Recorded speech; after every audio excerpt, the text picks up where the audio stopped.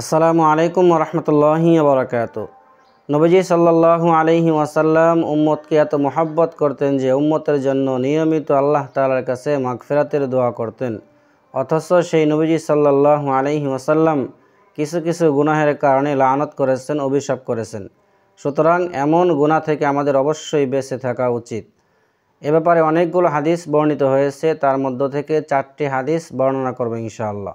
1 number, লানা রাসূলুল্লাহ সাল্লাল্লাহু আলাইহি ওয়াসাল্লাম আর রাশি ওয়াল মুরতাশি, যারা সুদ গ্রহণ করে এবং সুদ প্রদান করে উভয়ের উপর নবীজির অভিশাপ, উভয়ের উপর নবীজির লানত।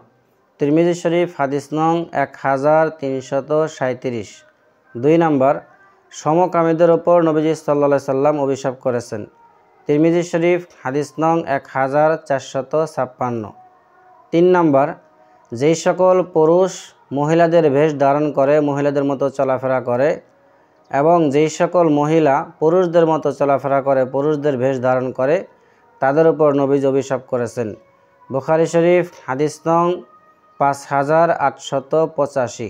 অথচ এই বিষয়টিকে আধুনিকতার নাম দিয়ে চালিয়ে দেওয়া হচ্ছে, এটা কিছু মনেই করা হচ্ছে না। বহু নারী এমন বর্তমানে আছে যারা পুরুষদের মতো পোশাক পরে, পুরুষদের মতো শার্ট প্যান্ট পরে তারা রাস্তাঘাটে চলাফেরা করে, আর এটাকে তারা আধুনিকতা মনে করে। অথচ এমনভাবে চলাফেরা করলে নবীজি বলেছেন তার উপর অভিশাপ, তার উপর লানত।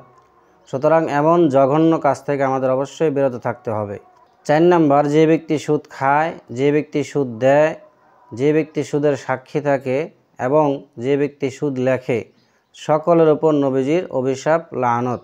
নাসাই শরীফ হাদিস নং 5104। সুতরাং এই সকল ভয়ঙ্কর গুনাহ থেকে আমরা সকলেই বেঁচে থাকার চেষ্টা করব ইনশাআল্লাহ।